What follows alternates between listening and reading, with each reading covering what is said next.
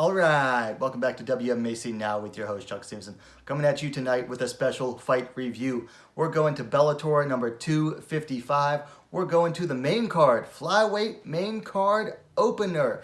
Kana Watanabe coming in 9-0-1, taking on Alejandra Lara coming in at 9-3. Now, I did a preview on this fight. If you haven't seen it yet, go check it out and then come back or then go watch the fight again and then come back and check out this review because I am going to be referencing my notes from that preview. So first round, Lara stunned Watanabe with punches like several times earlier. I caught like at least 3 times where she just hit Watanabe and Watanabe was just straight up like hurt. Watanabe then got a takedown, but Lara was able to fight for space and get back up to her feet where she again started to land some hard shots. Watanabe got another takedown, but it was reversed by Lara, who went to mount and then was able to take back mount. Now Watanabe was able to get out, and then they traded on the feet for the remainder of the round, pretty much. Second round, Watanabe looked to close early, but Lara was able to deny the first takedown attempt, was able to sprawl successfully, denied it. From there, they got into the clinch, and Lara started dropping some hard elbows on Watanabe and was able to drop her with one of them. But Lara decided to hold on, brought her back up into the clinch, and from there, Watanabe was able to reverse the body lock that Lara had on her and was able to reverse position and get her down. From there, Watanabe, worked a half guard, but Lara, she worked with it, and she was able to reverse position and sweep her and reverse it.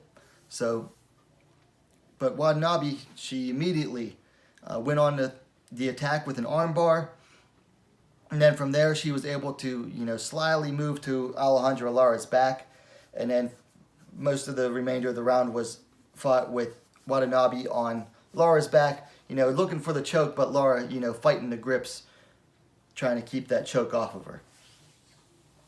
Third round. Now, Watanabe, she came out, she was confident. She knew what she needed to do. She knew that she was able to do what she needed to do. So she came out more confident. She stalked Lara down and was able to get through the clinch, land a knee, and then tripped Lara down, landing in Alejandra's half guard. Or no, full guard, full guard. Lara decided to open up her guard to try to work for another sweep, but it allowed Watanabe to pass to half guard from there. And then pretty much the remainder of the entire round was Watanabe in Alejandra Lara's half guard, working the pass. She got to, I think, what you would call like 3/4 guard, or quarter guard rather, and land small punches from half guard. Went to the judges, and the judges, they brought back a weird decision. It went split decision, 29-28 twice for Watanabe, 29-28 once for Alejandra Lara. So the split decision went to Kana Watanabe. I'm not sure what that judge saw. I mean, I think they all scored it for the first round for Alejandra Lara. The only way I can see a judge scoring the second round for Lara is if you consider that, yes, she did drop Watanabe once with that elbow, and she was able to reverse and get on top for a little bit, but it wasn't really enough to justify scoring the second round for her. And then the third round, you can't justify scoring for Alejandra Lara at all. So the decision definitely went the right way. A couple notes I have on here. Okay, first off, Watanabe, and I talked about this in my preview, she has 0 striking defense. She eats entirely too many hard shots on her chin. She basically went to what I call the Angela Lee school of striking defense, which is take shots to the chin and just hope it holds up long enough so that you can get your opponent down to the ground. That's how Angela Lee fights. That's how Kana Watanabe fights. Basically just take shots on the chin and hope it holds up long enough. That's going to cost her in the long run, badly. So she needs to really work on that striking defense.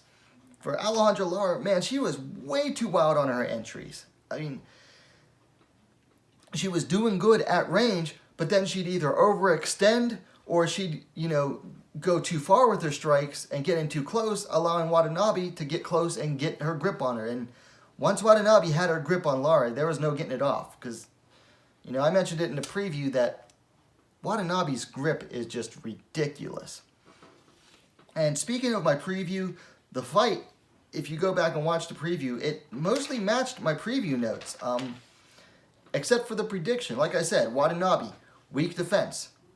Lara tends to let the fight get away from her, which she did pretty much every time she got in too close on her strikes. I mentioned Watanabe's grip. When Watanabe took Lara down on the second time, Lara was able to reverse it because she went with the flow. She needed to do that more every time Kana took her down. So, like I said, if Lara would have, gone with the flow more, it would have allowed her to get the reversal more. Anyway, things to work on. For Watanabe, like I said, she needs to hire a boxing coach, work on her defense, particularly her head movement. Luckily for her, Japan has no shortage of great boxing coaches that'll help her shore up her defense. So if she either goes to a boxing gym or brings in a boxing coach to work with her in her MMA gym, that'll go a long way for her. A lot of people are saying she needs to leave Japan and go to a real fight camp. I don't think people realize that's not easy for fighters to do. Like, that costs money, and it's just not that easy because you got to remember, Watanabe doesn't speak English. She's not made of money like some fighters. She's not getting paid a ton fighting for Bellator. She wasn't getting paid a ton fighting for Deep Jewels or Ryzen either. So I think more realistically, work with a boxing coach or bring a boxing coach into her MMA gym to work with her and work on her defense. Now for Alejandra Lara, she needs to slow down. Like I said, her entries, she was getting way too wild, getting way too close. Had she been able to stay at range more effectively, she'd have done a lot better, and she'd have scored a lot more hits on Watanabe's chin.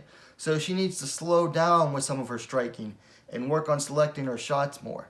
If she does that, she can keep the fight at the range where she does her best work. Now for fights to make. Sticking with Alejandra Lara, I'd like to see her matched up with Kate Jackson. Both fighters are coming off of losses. I believe for Kate Jackson it is now 2 straight. So both are looking to rebound, and both are ranked in that top 10, so this fight makes a lot of sense.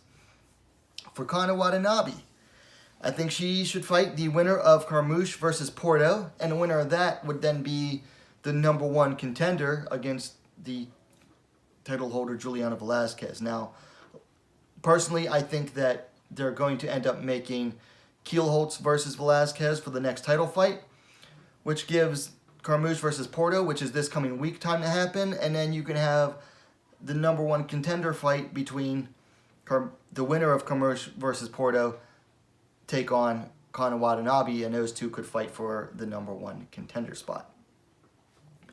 Okay, so those are my thoughts on this fight, Kana Watanabe versus Alejandra Lara, main card opener, Bellator 255. Like I said, Watanabe just really needs to take her head off that center line. I mean, it never moved. It was just boom, straight up and down.